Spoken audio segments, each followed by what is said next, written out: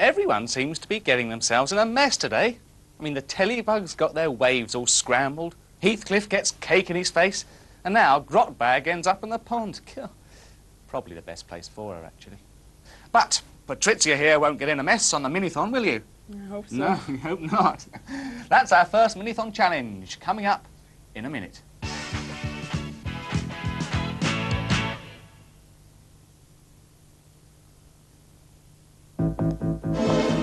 When Frolic comes along, a dog will show what he's made of.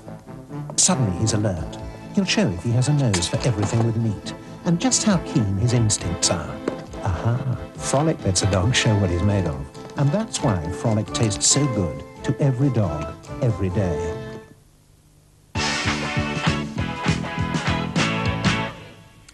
Welcome back. You know, I've just been looking at this Coke vending machine here. This is the prize for today's Minithon challenge. And actually, look, it's got an aerial because it's a radio. So, a very nice prize for today's Minithon challenge.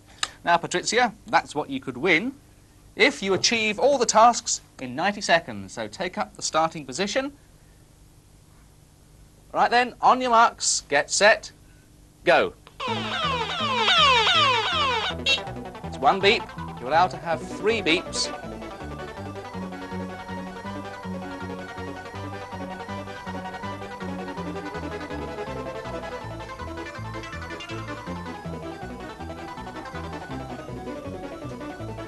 Very good. Now then, burst the balloons. You've done it all in one dart? What's happening here? Right. Put up 4 dominoes. I'll move over here. That's never been done before in one dart. Yeah, God, gracious. Yes, now 4 balls into the net. You've still got 60 seconds left. Oh, now this is the tricky bit. But you've got plenty of time, so keep calm.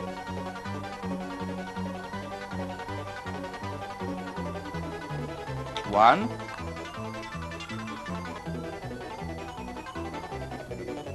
2, you've got the hang of it. You have to get 4 in.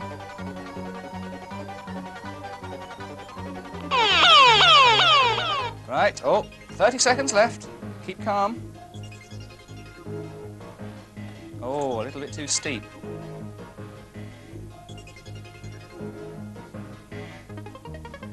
Oh, nearly.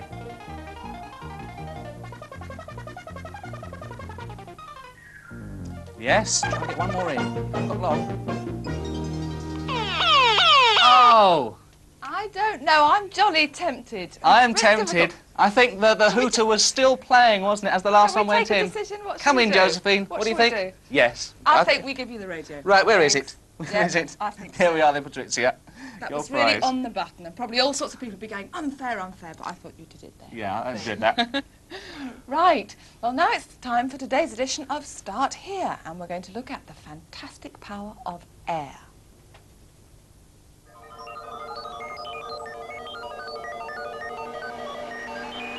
I'm Conrad, the famous kitchen robot. These are my friends, and this is where we live. I speak every language in the universe because I know about everything. Here's my assistant next door in the laboratory, and I can show you how to do amazing scientific experiments just like she does. But you can do them in your own kitchen at home. So, are we ready? Yes! Yeah! Tom! Strand! Start here! Amongst the Parisi! Start here! Here and find again! Start here! Come look at the Hachimaru!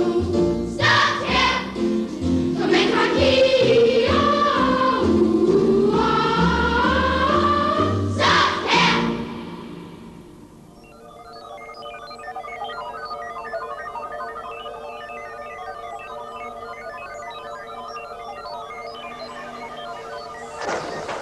Getting ready for a party? Not easy compressing air with your lungs, is it?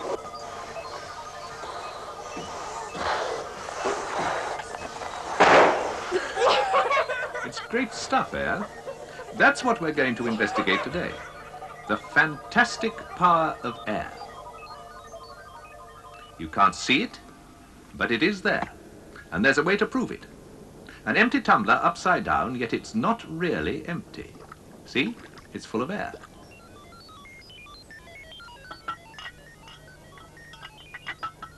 You can actually get one glass of air into another glass full of water. Look at that. The air bubbles literally squeeze the water out of the glass. Here's another experiment that'll tell you even more about air. Get some paper. Tear off a piece and pop it in the glass. That's it. Now push it right down. Now put it upside down and dunk it in the fish tank. Go on. Right in. Deep down. Good.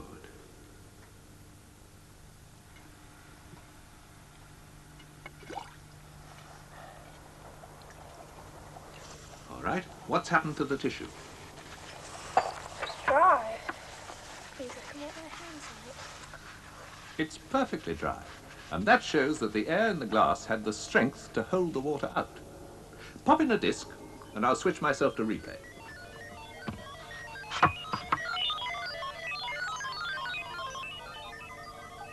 This is a very old picture of Sir Edmund Halley. He's the one who discovered the comet. And he invented the diving bell, too. Notice anything? Yes, the bell was open at the bottom, just like your glass in the fish tank, and the air inside kept the water out. Barrels of more air were lowered down and connected up by tubes, so there was always plenty for the men down there to breathe. Look at that bag of air over his head. Ingenious, isn't it? So you see, 300 years ago, they understood that air fills a space and can stop other things like water from getting in. Oh, he's only making one small hole in the top of the can.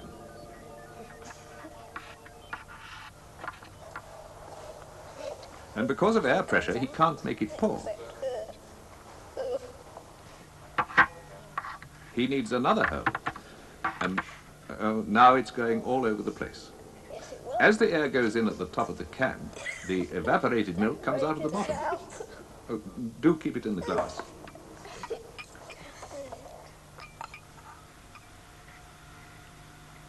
Tom, what happens if you block the hole at the top with your finger? Yes. The milk stops flowing because the air can't get in anymore. Now here's a better way to show the same thing. It's a jam jar with two holes in the lid. The hole on the right is blocked with plasticine, and the other one has a funnel full of water going right through into the jar of water below. Now add a few drops of colour to the water in the funnel, and you'll be able to see what happens more easily.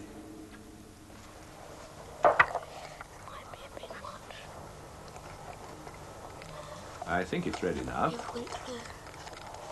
Okay, Piers?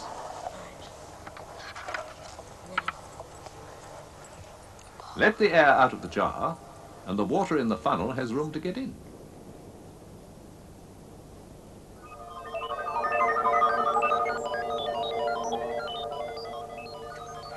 Here's another way to see how heavily air presses on things. Now, I've told you this before. Always take special care when you use matches for an experiment. So, very carefully now, light the candle. Put it in the dish of water.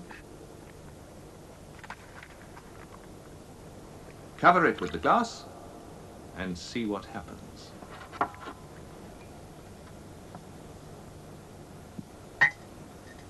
The candle flame is burning up part of the air inside the glass, and as more and more gets burnt up, it's making a space that can be filled by something else. And the air pressure outside the glass pushes the water up into that extra space. The part of the air that burnt is called oxygen. Disc number 12, please, Surya, and we'll find out more about that. Replay on. Like everything else in the universe, oxygen is made of tiny particles. Here's an idea of what they're like, but they're really so small you can't ever see them. But what you can see is the effect of those air molecules on other things. My assistant is getting ready to look through the microscope at particles that are large enough to see, although they're still very small. They're all jiggling around quite a bit, aren't they? That's because they're being knocked about all over the place by the tiny molecules of air you can't see.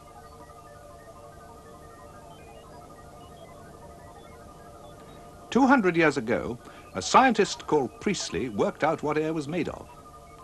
Looks very old-fashioned, doesn't it? But with this sort of equipment, he discovered that air contains 20% oxygen, the gas most things need to burn in, and nearly all the rest is another gas called nitrogen. Oxygen does more than just allow things to burn. For a start, humans and animals just couldn't live without it. Bowl of water, 2 blocks of wood, and let's get on with our next oxygen experiment.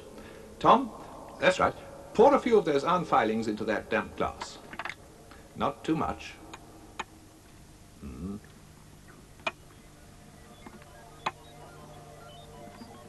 That's enough.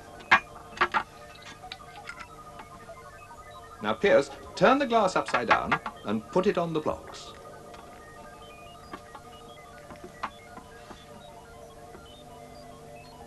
Now hold steady, because I'm going to speed up time.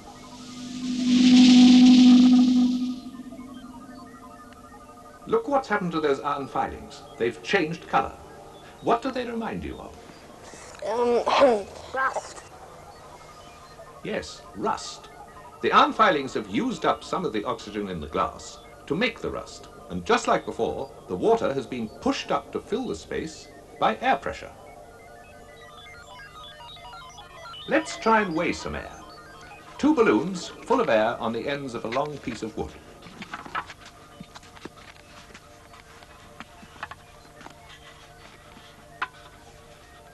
Find the point in the middle where it balances. Now go on, Pierce, you've got the pin.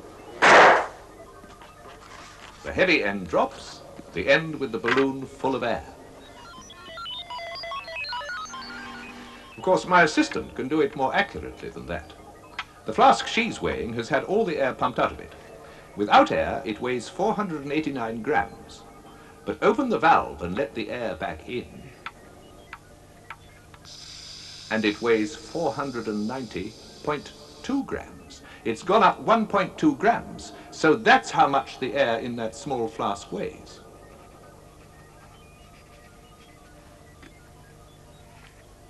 You know, air is actually heavy enough to help break a piece of wood. That's right, Surya. Lay the newspaper flat on the table, right up to the edge. Now slip the ruler under it, with a bit sticking out. It's your turn now, Leah. Go on, hit it hard.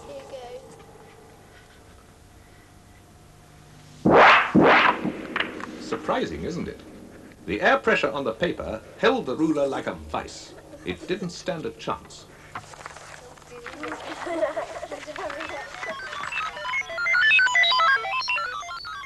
In the 17th century, Otto von Guericke, he was the mayor of his town, decided to find out just how strong air pressure can be. He made 2 hollow bowls called hemispheres, and half the village turned out to see what would happen next. It was quite an historic event, I can tell you.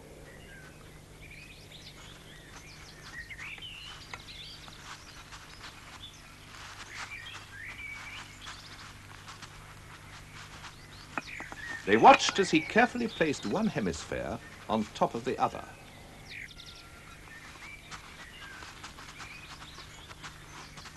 It just rested on it. Then he got one of his men to pump out all the air from inside. You know what happened? The outside air pressure held the 2 hemispheres together. But watch this. He harnessed up 2 teams of horses, really strong farm horses, and they had a tug of war.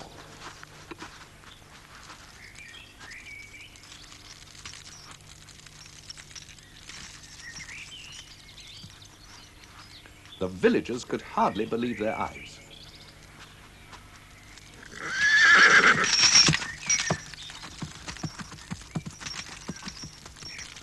No matter how hard they tried, the horses couldn't pull the 2 hemispheres apart.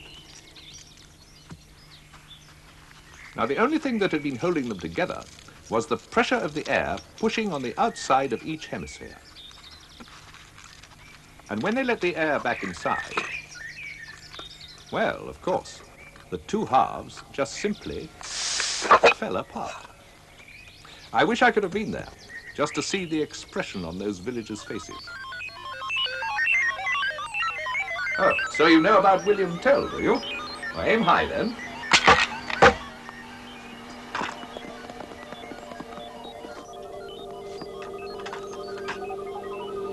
I don't think I enjoyed that.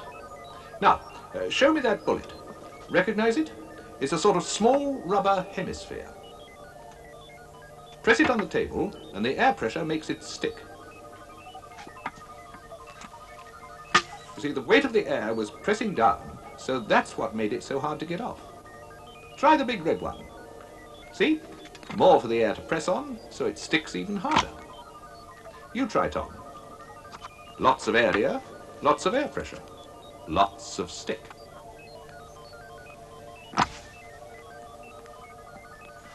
This is one of my favorite experiments. Hard-boiled eggs, some very hot water, and we're ready to go. Now pour the water into the bowl, and be careful, it's hot. Yes, that should do it. Now put the empty bottle into the hot water. Yes. Now wait a second, and pop an egg on top. Good. Now put the bottle into the bowl full of cold water. If you want to speed it all up, pour some iced water over the neck of the bottle. As the air inside cools down, it sort of shrinks, it contracts, leaving a space that's just got to be filled by something. Now the air pressure outside the bottle in the kitchen is getting to work. It's actually pushing the egg into the bottle.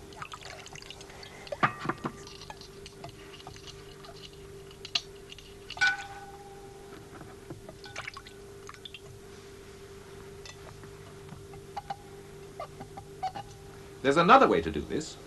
In with the matches and egg on top. And as the oxygen inside burns up and leaves a space, the air pressure outside... No doubt about it. That is definitely one of my favorite experiments. The power of air pressure is... What are you up to? Lucky I've got a toughened glass eye, isn't it? Now, have you got the glass filled right to the brim, girls? Put the postcard on top and turn the whole thing over. Now, take your hand away. There you are.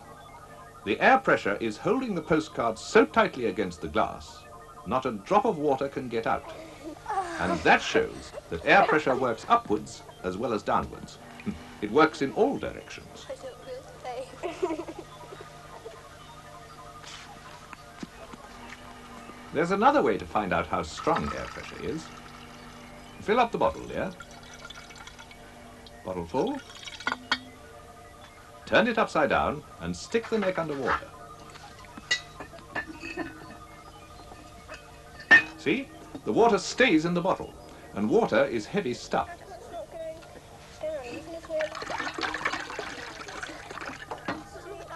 It's the air pressure pressing down on the surface of the water in the bowl that's holding up the water in the bottle. Lift it out, it runs away. Put it back, it stops. I've got something I want to show you. Switching to replay. A long time ago, a man called Robert Boyle wanted to find out how high a column of water could be supported by air pressure alone. No matter how hard he pumped, he couldn't get it to go higher than about 10 meters. Then there was an Italian called Torricelli who decided to try the same thing, but he used mercury instead of water. You see, mercury is 13 times as dense as water. I'll spin you back to the laboratory to give you a better idea of what he did. My assistant is filling a tube about 1 meter high with mercury. Mercury is very poisonous stuff, and that's why she's wearing those special gloves.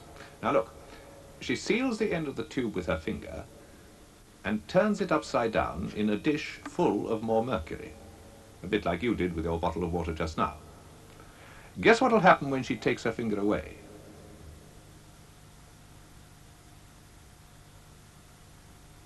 it didn't all run out. Obviously something strong is holding it up.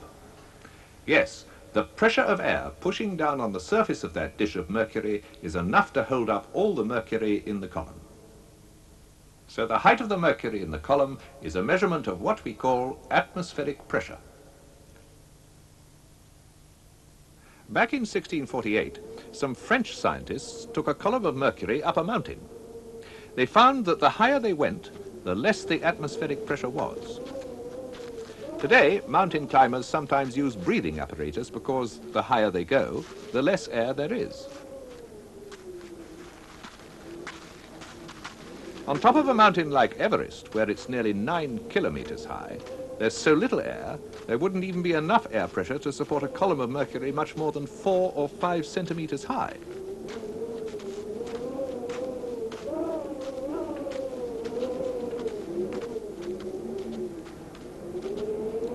Higher still, where aircraft fly, the air pressure outside is so low that the air inside has to be pumped up to nearly the same pressure it is back on the ground. If it wasn't, those passengers wouldn't be sitting there chatting away in comfort.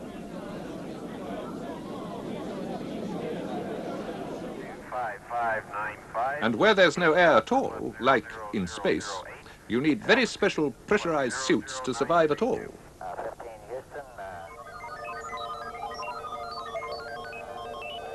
Now, I think my assistant has got something she wants to show you.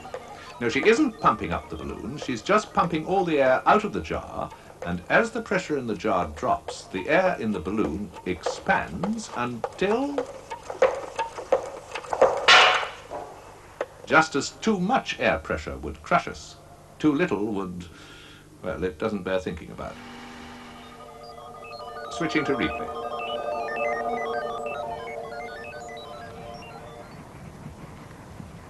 Do you know what this is?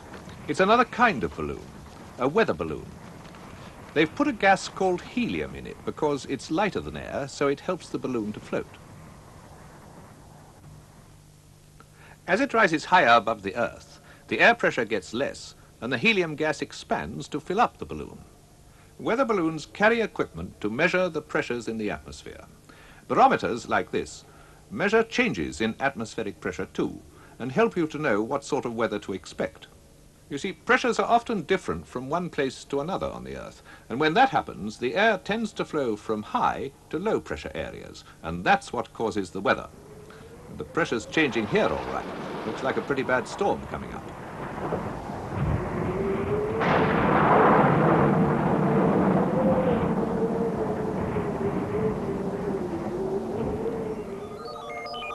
Ah, you found it, Piers. That's right. Put a little water in the bottom.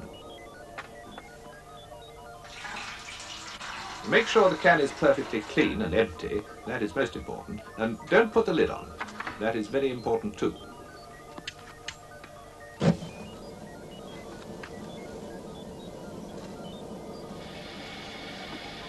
As the water boils, it turns to steam, and the steam pushes out the air from inside the can. After a bit, take it away from the heat and screw the top on, and watch what happens. There's very little air left in the can, remember. The steam drove most of it out. So now, as it cools, the steam is turning back into water, leaving lots of empty space inside. The outside air pressure is crushing the can from all directions.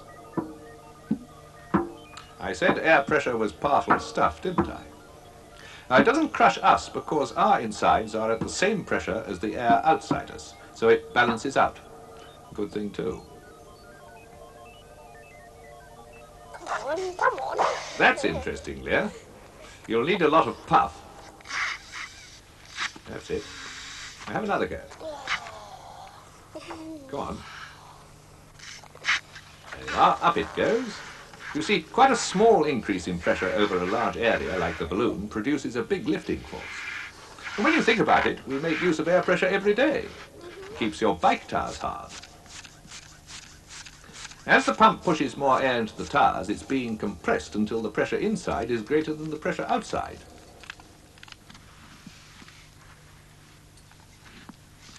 You'd have a pretty bumpy ride without air pressure. Switching to replay. Just look at the size of those tires. Makes your bike tires look pretty puny, don't they? But they're still just working on air pressure.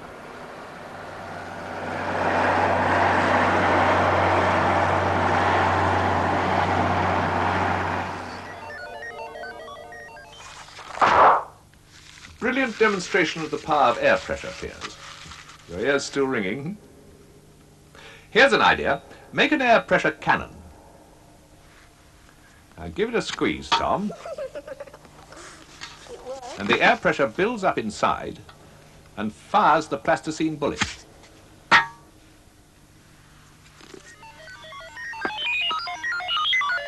Oh dear.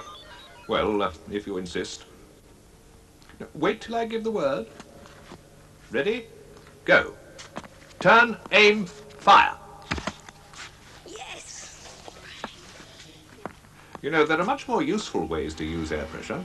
Here's another way you can make it do a good job. Switching to replay. This is one of the first hovercraft ever built, and you can see how it rides on a cushion of air.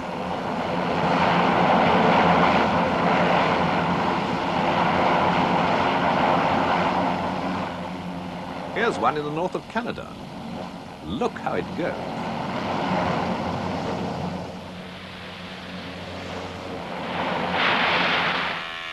And talking of cushions of air, here's something unusual.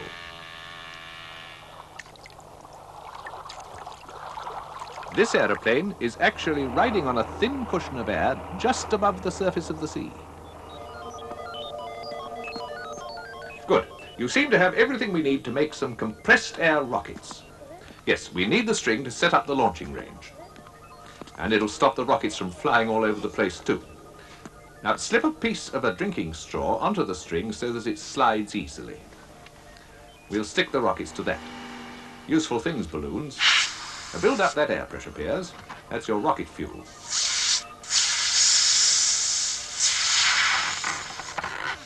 Make sure the knots are tight. Final adjustments. Ready? Stick it to the straw carrier. Great!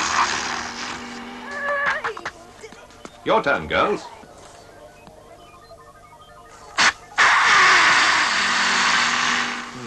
Bit out of control, that one. 3, 2, 1, go!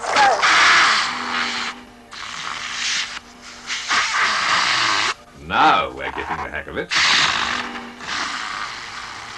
That's the fantastic power of air.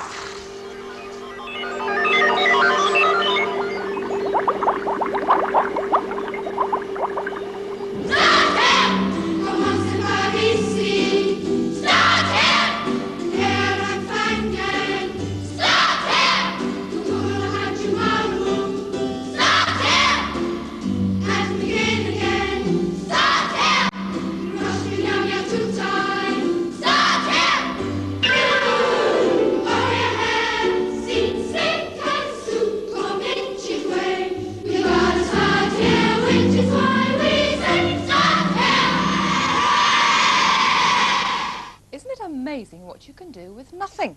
Well, any minute now, Edo here will try and amaze us with his prowess on the second Minathon challenge. Will he be able to match Patrizia's performance? Find out after the break.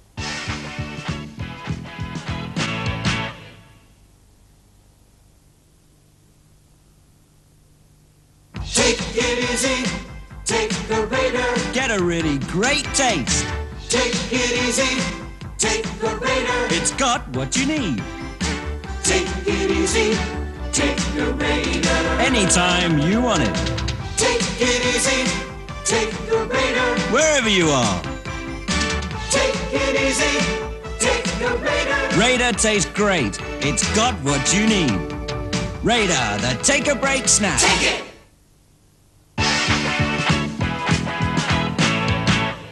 Right, now, I think this is going to be the first because Edo is the smallest and at 7.5 he's the youngest contestant in our Minathon challenge, so we wish him all the very best of luck. You ready, Edo? Yeah. Yes, okay, off you go. Stand by your starting position. You have 90 seconds starting from now. Oops, one beat, but you're allowed 3. Oops. Oops, no, you have to start again. I'll tell you what, why don't you have a go with 2 hands, because it makes your hands steadier. Hold it with 2 hands. There's a good lad, that's great. And go slowly. 1 beat, 2. I'll tell you what, do you want to, because you've done 3 beats, why don't you come and do the balloons, okay? And then you might have better luck then, and when you're feeling less nervous, you can go back to that one. That's it, great. Good lad, a bit harder. Oh, well done, 2 in 1, excellent. Keep going, keep going. Nearly there. Oh, bad luck, never mind, we'll pick those up and you get on with putting the dominoes up. Right. 1, 2, 3, 4. Now you know what to do, you just push them. Well done, great. Now go on to the ping pong balls. You have to do this with a really steady hand. Oops. That's it, really steady. Not too steep because it rolls off. Don't worry, here you are, you do. There's a whole... Come back, you don't have to pick up that one. Oops, there you are, there's a whole box of them here. Okay, gently, gently. Oops, never mind, come on, take one of these, that's it. You're doing great. Oops. They're like jumping beans, aren't they? Oh dear, oh dear. Never mind, you had a stalwart go at that. That was you a really did. very good attempt. Very good. Now, anyway, look, there is It's a nice record for you. Yeah. There we are. Well done, Edo. Good. Now, don't forget to write in if you want to accept the Minithon Challenge, and the address is Funbus, Super Channel, PO Box 2DL, London W1A 2DL. Now, Prime Evil is setting up a ghosts convention which sounds like trouble for the Ghostbusters. Ah, well, there's some sound advice. Think before you rush into things. Well, I'm sure our special guest does that. This is Carlo Griggs, the UK BFA freestyle champion, and we'll be chatting to Carlo and his teammate Paul Gerlach about bikes and BMX racing in general in just a moment.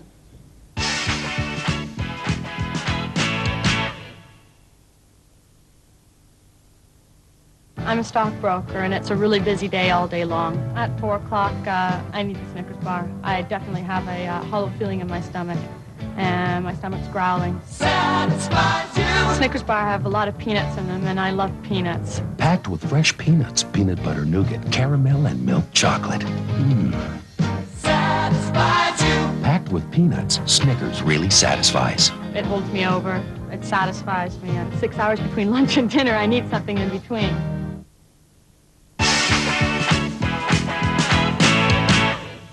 Welcome back. Now, our special guests today are Carlo Griggs and Paul Gerlach, and they are members of the Skyway freestyle team. I believe, Carlo, you're just on your way to a competition. Whereabouts is that? It's Derby, Right, and that's in the north of England. And is it the UK Championships? UK BFA.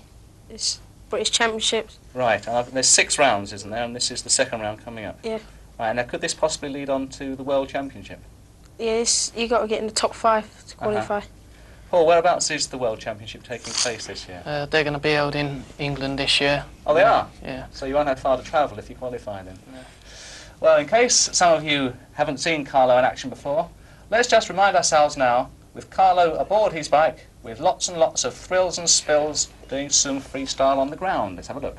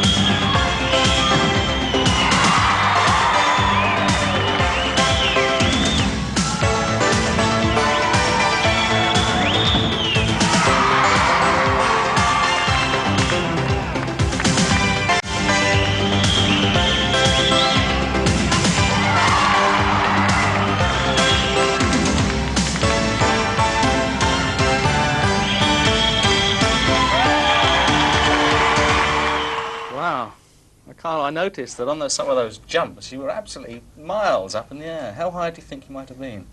7 or 8 feet. Really? Off the top of the ramp. Well, it's a lot bigger than I am, anyway. Now, I also noticed that you changed bikes halfway through that demonstration. Now, does that mean that you have different sorts of bikes for doing different things? One's for ground tricks. It's got like this back brake down here. This is a bike for groundwork, is it? Yeah. Right. Now, you said there's a special brake regarding what's so special about this then? It stops brake cables from getting tangled up. I see. So that means in your tricks then you can spin the handlebars all the way around. Yeah. Is there anything else special about this particular bike? It's got a pedal back brake. So you tread on it and it's like a lock-on brake. Oh, I see. Rather than having another one up on the handlebars there. Yeah. Right. Now, I notice you've also got obviously you've got a costume on with your sponsor's name on it, but is it about protection as well? Are there padded parts? There's padded elbows and knees. And then you've got the crash helmet as well. Now, that's a full face helmet, that one. Yeah. Do you wear that for doing particular tricks, or is it just whatever you prefer, rather than It saves my face if I fall off. Yeah, no, in fact, there is a hole there, isn't it? Looks like someone has fallen off that one at one time and got a little bit dented there. Paul, then, so if this is the bike for groundwork, so Paul, what is your bike there for? Well, this is a ramp bike. It's just got a normal back brake cable, and the pedals can spin around backwards, so you can't land on the brake. I see. So with a bike for ramp work, you're not going to twist the handlebars around, so you wouldn't. That's why you don't need that other special brake. Yeah. Okay then. So you're going out for this competition. How many other people take part, Carlo? It depends how many riders turn up. It's usually between 100 and 200 riders. And what sort of ages are they? They're from 25, from about 7 or 8. As young as 7 or 8? Yeah. Paul, how old were you when you first started riding? I think I was 12 when I first started. 12? And how about you, Carlo? About 8. You're about 8. Now, did you have anybody in particular that you used to look up to when you were just starting? I mean, for example, Andy Ruffle. Was he ever a hero of yours? No. You sort of decided you didn't want heroes, you were going to get out there and do it all on your own? No, I just looked up towards the American riders. I suppose, being the originals, you find that do you think they're still the best? Yeah. So in the World Championships which take place later in this year, Paul, you think it's likely to be dominated by American riders? Not really. I should think in the older age groups the Americans might be a bit better, but in some of the younger age groups I think we should do pretty well. Right. Now, do you actually ride as a team or are you individuals? In competition we ride like individually, and when we do demonstrations we ride as a team. Right. Well, I wish you both the best of luck up in Derby in the north of England. And right now we're going to introduce, well, it must be your favourite programme, because here now is the final of BMX Beat International. Hello, I'm Andy Ruffle, and that's Gaz Top. Stay with us right now for the individual international final of BMX Beat!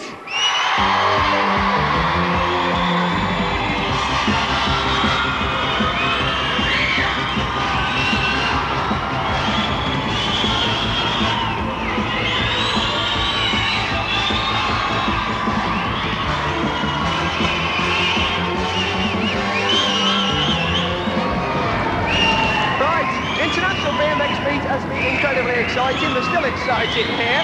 We already have a team winner. North America took away the team leaders prize. But let's have a look at the leaderboard now to tell you who's going into the individual head-to-head final. It looks like this. Rich Seeger scored 334. Stuart Winder scored 320.